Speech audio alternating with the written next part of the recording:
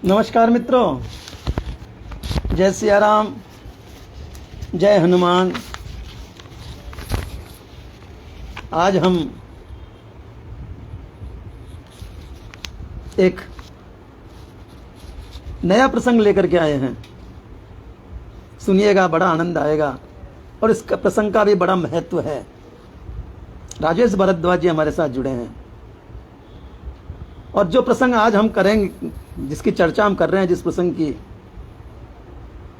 उसको शायद कम लोग ही बताते हैं, कम लोग ही जान पाते होंगे। तो आज का जो प्रसंग है वो है एकादशी का उपवास। सनातन धर्म का बड़ा ही महत्वपूर्ण उपवास है ये। कहते हैं एकादशी का व्रत जो करता है वो सीधा वैकुंठ को जाता है। तो ऐसा क्या है एकादशी के व्रत में जिससे भगवान इतने प्रसन्न होते हैं कि वे उसे हाथ पकड़कर स्वयं लेने आते हैं और स्वयं लेकर के जाते हैं। आप किसी भी संत से, महात्मा से पूछ लीजिए, महर्षि से, पंडित जी से, किससे पूछ लीजिए, एकादशी का बड़ा ही महत्व है, उसके व्रत का बड़ा ही महत्व है। लोग जीवन भर करते हैं और एक दिन उसका उद्यापन भी करते हैं। और इसके अतिरिक्त जब कोई प्राणी मृत्युशैया पर होता है तो उसे घर वाले, मिलने वाले रिश्तेदार एकादशी दान देते हैं। उसकी याद में, उस आत्मा की याद में, उस आत्मा को मोक्ष दिलाने के लिए वे धारणा करते हैं, संकल्प करते हैं कि मैं 2 एकादशी करूंगा या 4 एकादशी करूंगा या 5 करूंगा या 10 करूंगा या 12 महीने एकादशी करूंगा। ऐसा हमारे सनातन धर्म में इस व्रत का महत्व है। लेकिन इसके अलावा, क्योंकि मैं एक चिकित्सक हूं, इसलिए मैं इसका वैज्ञानिक विवेचन भी करूंगा। सुनिएगा, बड़ी महत्वपूर्ण चर्चा है आज का नवशिक्षित युवक समाज भारतीय संस्कृति की कई प्राचीन परिपाटियों का उपहास करता है। हम देखते हैं हमारे आसपास किसी नौजवान को यदि एकादशी व्रत के लिए कह दिया जाए तो बड़ी हंसी करता है, हंसी उड़ाता है और कहता है कि व्रत करने से क्या होगा। लेकिन नहीं, उनकी दृष्टि में ये परिपाटियां अंधविश्वास या अंधश्रद्धा से अधिक कुछ भी नहीं होती है। इसका कारण उनकी अज्ञानता ही है। अगर उनको किसी ने बताया होता कि इस व्रत को करने से भौतिक दृष्टि से क्या लाभ हैं और ऐहिक दृष्टि से क्या लाभ हैं, धार्मिक दृष्टि से इसके क्या लाभ हैं, हम अंधविश्वास कहकर के कितने भी इसकी मजाक उड़ा लें, कितने भी हंसी उड़ा लें, लेकिन हमारे महर्षियों ने, हमारे पुरखों ने जो भी हमारे धर्म में धारणाएं बनाई हैं, नियम बनाए हैं, वे सब किसी न किसी तत्व से भरे हुए हैं। इसी तरह से ये एकादशी का व्रत भी वैज्ञानिक तत्व से भरा हुआ है। इसलिए मैं चाहूंगा कि आप इसको शेयर करें और उन नवयुवकों तक इस वीडियो को पहुंचाएं। एकादशी का उपवास भी इसी प्रकार वैज्ञानिक तत्वों से भरा पड़ा है। इसका पालन यद्यपि कुछ लोग ही कर पाते हैं, पर ये वे ही लोग हैं जिनकी श्रद्धा भारतीय संस्कृति पर आज भी टिकी हुई है। अर्थात उनको भी केवल शास्त्रों का ही महत्व ज्ञान है, शास्त्रों की, जो शास्त्रों में लिखा है एकादशी का महत्व, उसी का ज्ञान है। लेकिन जो वैज्ञानिक तत्व है उसका उन्हें भी ज्ञान नहीं है। वे केवल धर्मशास्त्रों के अनुसार ही एकादशी का व्रत करते हैं। प्रत्येक धर्म ग्रंथ में उपवास का बड़ा भारी महत्व बताया गया है और किसी भी धर्माचार्य ने इसके विरुद्ध अपनी कलम आज तक नहीं भी उठाई है। धर्माचार्य जगत के हित के लिए धर्म का प्रचार करते हैं। अतः इससे यह भी स्पष्ट है कि उन्होंने उपवास करने की जो आज्ञा दी है वह भी जगत के हित के लिए ही होनी चाहिए। पर आज की प्रचलित शिक्षा पद्धति उसकी श्रद्धा धर्म ग्रंथों से उठती जा रही है। वे समझते हैं कि धर्म ग्रंथों के उपदेश से हमारा कुछ भी भला नहीं होने वाला है, कुछ भी उससे लाभ नहीं होने वाला है, इसलिए वे उपवास की पद्धति पर ध्यान ही नहीं देते। पर फिर कुछ लोगों का इस पद्धति पर महान विश्वास है। उपवास से अनेक रोग दूर हो सकते हैं। ये बात शास्त्रीय पद्धति से भी सिद्ध हो जाती है, होती रहती है। अनेक लोगों ने अपने दुस्साध्य रोगों को भी उपवास की पद्धति से ठीक कर लिया है। उपवास पद्धति ऐसी होती है कि उससे अनेकों रोग, असाध्य रोग भी ठीक हो जाते हैं। अतः अब उपवास पर अंधविश्वास रखने का कोई कारण नहीं है। ये वैज्ञानिकों ने भी सिद्ध कर दिया है कि उपवास रखने से अनेकों बीमारियां ठीक हो जाती है। वस्तुतः उपवास की पद्धति का एक शास्त्रीय पद्धति है। प्राचीन परिपाटी के अनुसार चलने वाले हिंदू परिवारों में आज भी एकादशी के दिन उपवास करने की रीति है। संपूर्ण भारत में ये दिन विशेष महत्व की दृष्टि से देखा जाता है, पर आज के नव शिक्षित समाज की दृष्टि में यह सब ढकोसला है और उसे उपेक्षा की दृष्टि से प्रायः कहा करते हैं कि उपवास करने से कोई भी लाभ होने वाला नहीं है। ये सब अंधविश्वास है, पर अज्ञानी लोग, भोले लोगों के मस्तिष्क की उपज है ये तो। क्या कभी उपवास से भी देव मिलते हैं? और यदि देव मिल भी जाएं तो हमें उनसे क्या करना है? हमें तो भौतिकवाद से ही जगत को बदलना है। ये नव युवकों के विचार हैं। हम इस उपवास की पद्धति को बिल्कुल भी मान्यता देने को तैयार नहीं हैं। दीर्घजीवी होते तो कहना मूल्यवान हो सकता है, पर देखा जाए तो उपवास करने वाले वृद्ध जितना स्वस्थ रहते हैं उसका 100वां हिस्सा भी आरोग्य का आज के इन उपवास करने वालों नवशिक्षितों में दिखाई नहीं देता है। इतना ही नहीं, एक वृद्ध मृत्यु का मुकाबला साहस से करता है, जबकि नवशिक्षित उससे सहज ही हार जाता है। इम्यूनिटी पावर, जिसे हम आजकल ज़्यादा याद करते हैं कि हम में रोग प्रतिकारक शक्ति हमारे में हो, हम रोगी न बने, ये शक्ति बॉर्नविटा पीने से या कुछ और खाने से नहीं आएगी। ये व्रत करने से हमारे शरीर में शीघ्र अतिशीघ्र उत्पन्न हो जाती है। अब मैं आता हूं अपनी बात पर। रोग प्रतिबंधक उपाय। धार्मिक पद्धतियों में एकादशी का उपवास आज के नव शिक्षितों के उपवास का विषय बना हुआ है, पर अब यूरोप और अमेरिका के डॉक्टरों का भी ध्यान इस उपवास के महत्व की ओर चला गया है और उनके विचार उपवास के अनुकूल हो गए हैं। अगर आप पश्चिमी विचारों में भी रंगे हुए हैं तो पश्चिम वालों की बात मान लीजिए, पश्चिम के डॉक्टरों की बात ही मान लीजिए। आज उनकी मान्यता यह है कि उपवास रोगों को नष्ट करने वाला तथा उनका प्रतिरोधक प्रतिबंधक है। डॉक्टरों की इस मान्यता की प्रतिध्वनि आज भारत में भी जहां तहां सुनाई दे रही है और देती है।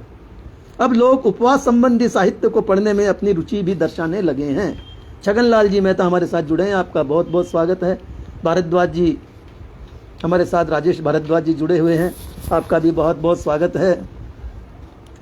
यूरोप और अमेरिका में डॉक्टरों ने खोज के द्वारा ये सिद्ध कर दिया कि उपवास प्रतिबंधक, आरोग्यवर्धक और मज्जा तंतुओं में चेतना भरने वाला है। इस विषय पर अनेक पुस्तकें भी प्रकाशित हो चुकी है। अब लीजिए, उड़ाइए मजाक, आप किताबें पढ़िए तो आपको ज्ञात होगा कि उपवास करने से, व्रत करने से शरीर को कितना लाभ होता है। अतः अब लोगों को यह आभास होने लगा है कि उपवास रोगों को दूर करने का एक उत्तम उपाय है। महात्मा गांधी भी उपवास करने के महान भक्त थे। उन्होंने अपने जीवन में कई बार उपवास किया। उनका भी अनुभव यही था कि उपवास से शरीर निर्मल होता है। हो सकता है उनको अगर गोली नहीं मारी गई होती तो वे लंबी आयु, दीर्घ आयु पाते। उनका भी अनुभव यही था कि उपवास से शरीर निर्मल होता है, निर्बल नहीं, निर्मल होता है और रोगाणु नष्ट हो जाते हैं। परिणाम स्वरूप मनुष्य रोगों से बच जाता है। उन्होंने उपवास के लाभों का उल्लेख अपने जीवन चरित्र में कई बार किया है। मित्रों, हमारे शरीर में प्रतिदिन हजारों कोशिकाएं बनती हैं और हजारों कोशिकाएं नष्ट होती हैं, लेकिन कई कोशिकाएं ऐसी हैं जो नष्ट नहीं हो पाती है और वे जब एक जगह एकत्रित हो जाती हैं तो उनका एक गुच्छा बन जाता है और उसमें इन्फेक्शन हो जाता है, जिसे हम आजकल कैंसर का नाम देते हैं। दूसरी तरफ यदि हम उपवास करेंगे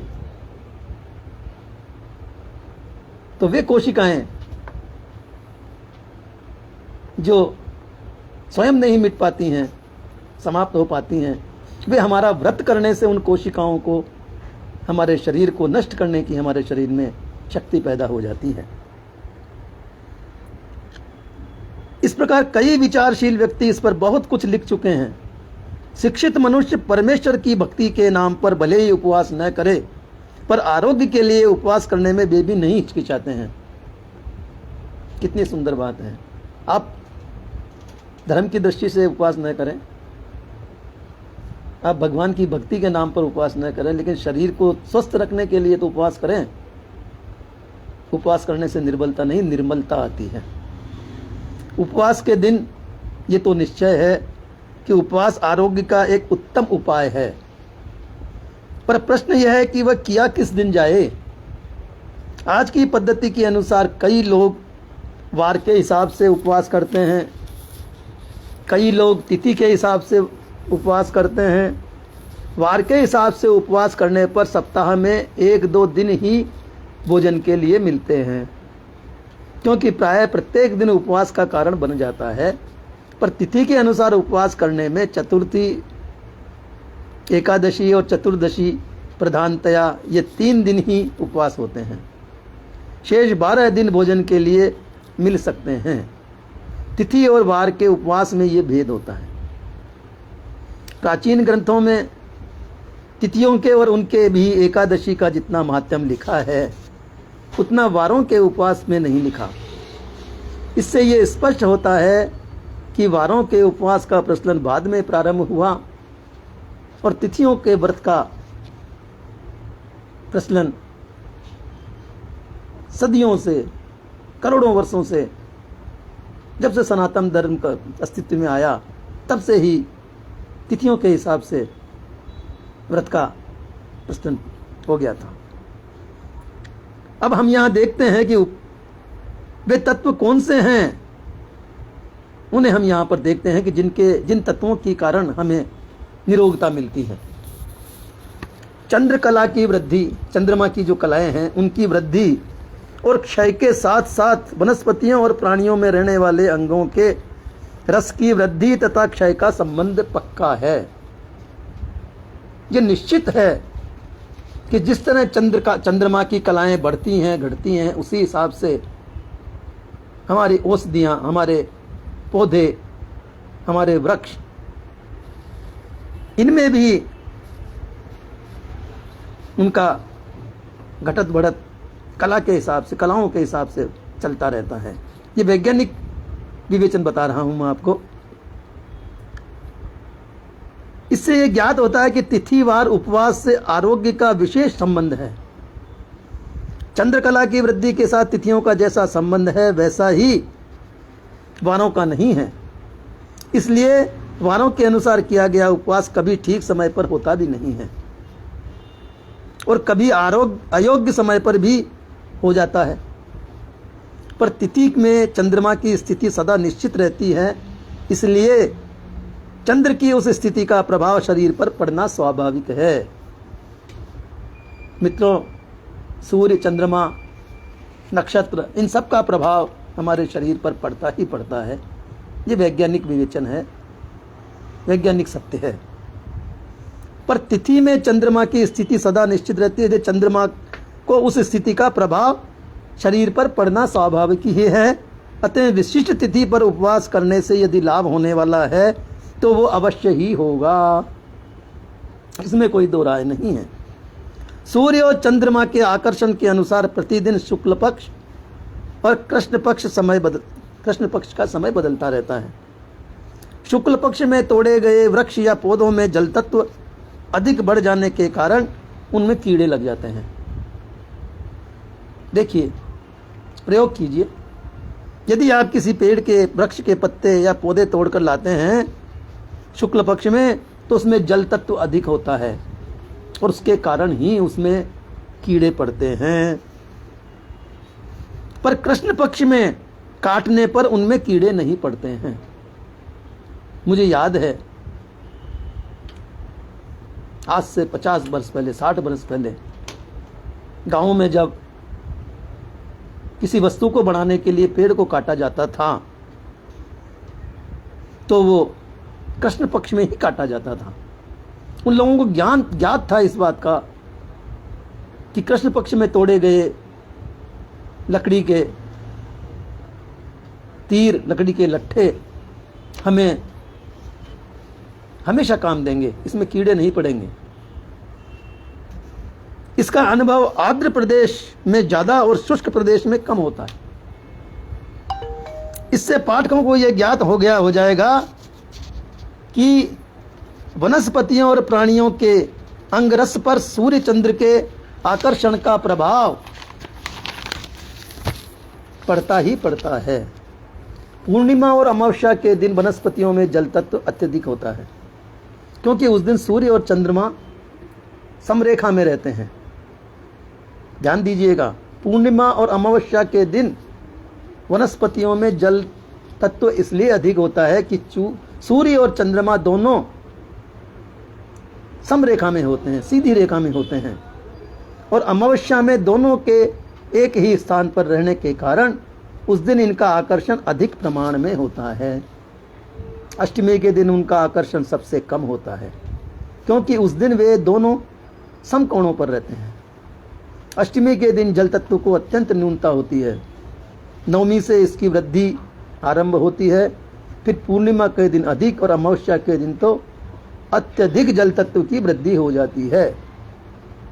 प्रतिपदा से जल तत्व का क्षय आरंभ हो जाता है। जल तत्व की वृद्धि के दिन वृक्ष को काटने से उनमें कीड़े पड़ जाते हैं। अतः जल तत्व की वृद्धि के समय काटे गए वृक्ष अधिक समय तक नहीं टिक पाते हैं। आम, बांस आदि कमजोर वृक्षों पर इसका परिणाम तो और भी जल्दी पड़ता है, अधिक पड़ता है। पर सागौन, बबूल आदि सशक्त वृक्षों पर इसका प्रभाव शीघ्र दृष्टिगोचर नहीं होता, लेकिन कुछ दिनों के बाद जब उसमें कीड़े पड़ने लगते हैं तो वो दृष्टिगोचर होता है। इसी प्रकार जब वृक्षों पर इतना प्रभाव पड़ता है तो मनुष्यों पर सोचिए इसका क्या परिणाम होता होगा, क्योंकि मनुष्य शरीर अत्यधिक कोमल होता है और मनुष्य के मन का संबंध चंद्रमा के साथ बहुत अधिक है। यह बताने के लिए ही चंद्र के साथ मन की समानता वेदों ने अनेक तरह से दिखाई है। सोम का अर्थ भी वनस्पति, चंद्र और मन है। मन का देवता भी चंद्रमा ही है। मानसिक शक्ति से दुर्बल मनुष्य की वृद्धि और क्षय भी चंद्रमा के अनुसार ही होते हैं। मस्तिष्क के बिगड़ जाने के कारण हुए पागलों का पागलपन भी चंद्रमा के क्षय और वृद्धि के आधार पर कम ज्यादा होता रहता है। जिस तरह चंद्रमा बढ़ता जाएगा पागलों का स्वभाव, पागलपन बढ़ता जाएगा। जिस तरह चंद्रमा घटता जाएगा तो पागलों का आचरण कम होता जाएगा। ये मन पर चंद्रमा का प्रभाव पड़ने का प्रमाण है। साधारण लोगों की ये धारणा रहती है कि अमावस्या और पूर्णिमा के दिनों में बीमारी बढ़ती है और अन्य दिनों में कम होती है। यद्यपि अज्ञानी लोगों का कथन अधिक विश्वसनीय नहीं होता, फिर भी उनका अनुभव परीक्षणीय है। न्यूटन के जीवन की घटना है कि एक बार जंगल में जाते हुए उनकी भेंट बकरी चराने वाले एक गडरिये से हो गई। गडरिये ने देखा कि उनकी बकरियां एकाएक भाग भाग कर धूप से बचने के लिए पेड़ों की छाया में जाकर खड़ी हो गई। ये देखकर उसने न्यूटन से कहा कि 1 घंटे के अंदर ही वर्षा होने वाली है। वाह! न्यूटन को उसकी बात पर विश्वास नहीं हुआ, पर जब वह घर पहुंचने तक पानी से बुरी तरह भीग गया तो उसे गडरिये की बात पर विश्वास करना ही पड़ा। ये भेद है शास्त्र और अनुभव में। इसलिए बुद्धिमान की दृष्टि में सर्वसाधारण के अनुभवों का भी मूल्य होता है। यहाँ कुछ अनुभव की बातें मैं बताता हूँ आपको कि मृत्यु की संख्या द्वादशी से तृतीया तक अधिक रहती है। आप अनुभव कीजिए, आजमाइए, अखबारों में पढ़िए कि द्वादशी से लेकर तृतीया तक अधिक तिये की बैठक के विज्ञापन आते हैं। लोग अधिक मृत्यु को प्राप्त होते हैं क्योंकि उन तिथियों में रोग का क्षय नहीं होता है, और यदि बीमार मृत्यु के सन्निकट हो तो उसका बचना तो और भी कठिन होता है। चतुर्थी से एकादशी के बीच में उत्पन्न हो रोग साधारण तथा सौम्य होते हैं। चतुर्थी से एकादशी के बीच में जो रोग होते हैं वे असाध्य रोग नहीं होते हैं, वे ऐसे रोग होते हैं जो शीघ्र ही ठीक हो जाते हैं। और पहले उत्पन्न हुए रोगों की दशा भी इन तिथियों में कुछ कुछ सुधर जाती है तथा ठीक होने वाले रोग इन तिथियों में ठीक भी हो जाते हैं। चतुर्दशी से लेकर के और एकादशी तक बहुत समय से रोगग्रस्त मनुष्य प्रायः द्वादशी से तृतीया तक के मध्य ही मरते हैं, अथवा इन तिथियों में उनकी अवस्था शोचनीय भी हो जाती है। द्वादशी से और तृतीया के मध्य में जो लोग वे मर जाते हैं, उनको मृत्यु को प्राप्त हो जाते हैं वे लोग जिनकी बीमारी गंभीर होती है। शगनलाल जी मूता कह रहे हैं कि हमारे जैन धर्म में उपवास और आयम बिल का बहुत महत्व है। बिल्कुल सही कह रहे हैं आप। हर धर्म में उपवास की महिमा बताई गई है और उपवास करने से बहुत लाभ होते हैं। औषधियों का परिणाम इन तिथियों में आशादायक नहीं होता। आप कितने भी औषधि लीजिए, आपको जो परिणाम मिलना चाहिए वे इन तिथियों में नहीं मिलता है, पर चतुर्थी से एकादशी पर्यंत चिकित्सा का परिणाम लाभकारी होता है। आप मुझे कहना नहीं चाहिए, लेकिन यदि कोई आसपास आपके असाध्य बीमारी से ग्रसित हो और आपको उसे देखने जाना पड़े, मिलने जाना पड़े, और वो तिथियां यदि द्वादशी से तृतीया तक की हो तो आप भविष्यवाणी कर सकते हैं कि ये 10-12 दिन इस मरीज के लिए चिंताजनक है। और बाकी समय के लिए आप चतुर्थी से लेकर के एकादशी के समय में यदि मिलने जाते हैं तो आप उन्हें हिम्मत बंधा सकते हैं कि आप दवा लीजिए, औषधि आप पर बहुत काम करेगी। इन 8-10 दिनों में आपकी औषधि चमत्कारिक प्रभाव करेगी। छूत की बीमारियों के समय भी बीमार पड़ने तथा मरने वालों की संख्या पहले बताई गई तिथियों में न्यूनाधिक होती रहती है। सूर्य चंद्रमा के आकर्षण के कारण शरीर के जीवन रस में भी न्यूनाधिकता होती रहती है। इसलिए द्वादशी से तृतीया तक के दिन मनुष्य को आरोग्यता के लिए अनिष्टकारी होते हैं। जो सशक्त हैं उनके शरीर में भी उपयुक्त कारणों से इन तिथियों में रोगाणुओं की वृद्धि होने की संभावना अधिक रहती है। इनकी बाढ़ शुक्ल पक्ष की अपेक्षा कृष्ण पक्ष में अधिक होती है। अब सूर्य की शक्ति, सूर्य से इस पृथ्वी पर विपुल मात्रा में जीवन शक्ति प्राप्त होती है। यदि उसमें जरा भी न्यूनता आ जाए तो मनुष्य के आरोग्यता पर उसका बड़ा अनिष्टकारी परिणाम होता है। यदि सूर्य पर किसी तरह का प्रतिबंधक पदार्थ जरा सा भी आ जाए तो उसकी जीवन शक्ति में कमी आ जाती है। परिणाम स्वरूप मनोवृत्ति, बरसात सभी पर उसका अनिष्ट प्रभाव पड़ता है। कुछ दिन यदि बराबर बादल छाए रहें और सूर्य दर्शन जरा भी न हो तो अनेक प्रकार के रोग उत्पन्न हो जाते हैं। आप वर्षा के दिनों में देखिए, यदि बादल छाए रहते हैं, सूर्य नजर नहीं आता है तो अनेकों कीटाणु, अनेकों जानवर, सूक्ष्म जानवर हमारे घरों में पैदा हो जाते हैं, दीवारों पे चिपक जाते हैं और उनकी बास हम लोगों को सताने लगती है। द्वादशी से लेकर अमावस्या तक सूर्य के क्षेत्र पर चंद्रमा का प्रभाव रहने के कारण सूर्य की जीवन शक्ति बहुत मात्रा में कम हो जाती है। इसलिए यह स्थिति अशक्तों के लिए घातक सिद्ध होती है। कमजोरों के लिए, बीमारों के लिए ये तिथियां घातक होती हैं।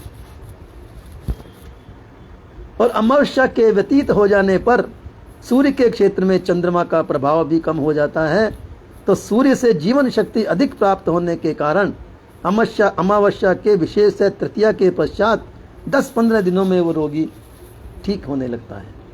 यदि उसकी दिनचर्या सही की जाए, उसकी सेवा सही की जाए, उसको समय समय पर दवा दी जाए तो वो रोगी शीघ्र निरोगी हो सकता है। उपनिषदों और वेदों में भी इन ग्रहों के संबंध में अनेक तरह के वर्णन मिलते हैं। आधुनिक भौतिक शास्त्र के आधार पर भी सिद्ध हो चुका है कि सूर्य जीवन शक्ति का पुंज है, इसलिए वह धन शक्ति का केंद्र भी है। चंद्र की स्थिति इससे उल्टी है, पर प्रकाशी होने के कारण अपना प्रकाश वह सूर्य से प्राप्त करता है, इसलिए वह सूर्य का ऋणी है। इस प्रकार सूर्य धनी और चंद्रमा ऋणी है। अमावस्या के दिन ऋण शक्ति वाला चंद्र सूर्य और पृथ्वी के बीच में आ जाता है, इसलिए पृथ्वी पर सूर्य के आने की जीवन शक्ति उस दिन कम हो जाती है। सूर्य ग्रहण इसी दिन पड़ता है। उस दिन इस कारण से भी पृथ्वी पर आने वाली सूर्य की किरणें, जीवन शक्ति बहुत कम हो जाती है। इससे अनेक जीवाणु मर जाते हैं, ऐसा आधुनिक शास्त्रों का मत है। प्रति अमावस्या को भी सूर्य की जीवन शक्ति के कम मात्रा में प्राप्त होने के कारण ऋग्वेद का कथन है कि सूर्य जंगम, चलने वाला और स्थावर न चलने वाले जगत की आत्मा है। चलने वाले की भी और न चलने वाले की, जीव जो चलते हैं उनकी भी आत्मा है, और पेड़ पौधे जो अचल हैं उनकी भी आत्मा सूर्य ही है। अगर सूर्य का प्रकाश नहीं मिलेगा तो पेड़ मर जाया करते हैं। इससे यह नितांत स्पष्ट हो जाता है कि जिस जिस प्रमाण में सूर्य और पृथ्वी के बीच चंद्र आता जाएगा, उस प्रमाण से उससे प्राप्त होने वाली जीवन शक्ति भी कम होती चली जाएगी। कृष्ण पक्ष में दशमी के बाद चंद्र सूर्य के पास आ जाता है और अमावस्या के दिन वह पूरी तरह सूर्य और पृथ्वी के मध्य में आकर के पृथ्वी पर आने वाली सूर्य की जीवन शक्ति को रोक देता है। इसलिए सूर्य ग्रहण के अवसर पर उससे प्राप्त होने वाली जीवन शक्ति बहुत कम हमें मिल पाती है। अतः कृष्ण पक्ष के अवसर पर उससे प्राप्त होने वाली जीवन शक्ति भी बहुत कम हो जाती है, और कृष्ण पक्ष के उत्तरार्ध में सूर्य से जीवन शक्ति कम प्राप्त होने के कारण रोगी मनुष्य के लिए इन दिनों का ये दिन बड़े कठिन होते हैं, प्रतिकूल होते हैं। अमावस्या के दिन सामान्य मनुष्य को जो भय लगता है उसका भी यही कारण है। अमावस्या को लोगों को भय ज़्यादा सताता है, पूर्णिमा को नहीं सताता। चाहे वो अंधेरी रात कह दीजिए या सूर्य चंद्रमा की स्थिति के कारण। सोच लीजिए। वनस्पतियों में रस बढ़ने के दिनों में उनका रस जड़ से शाखाओं की ओर वेग से दौड़ने लगता है, और घटने के दिनों में रस शाखाओं से जड़ की तरफ पुनः भागने लगता है। इस कारण रस बढ़ने के दिनों में तोड़े गए पौधों में कीड़े जल्दी और अधिक लगते हैं, जबकि मनुष्य के शरीर में रक्त परिभ्रमण पर भी इसका प्रभाव पड़ता है। जिस तरह पौधों पर प्रभाव पड़ता है उसी प्रकार मनुष्य के रक्त पर भी पड़ता है। ऊपर के कारणों पर, पहले बताए गए कारणों पर विचार करने से ज्ञात होता है कि अष्टमी के दिन मिलने वाली सूर्य की जीवन शक्ति अधिक पूर्ण और निर्दोष होती है। आकर्षण के कारण रक्त परिभ्रमण पर होने वाली अनिष्ट परिणाम इस दिन कम ही होते हैं।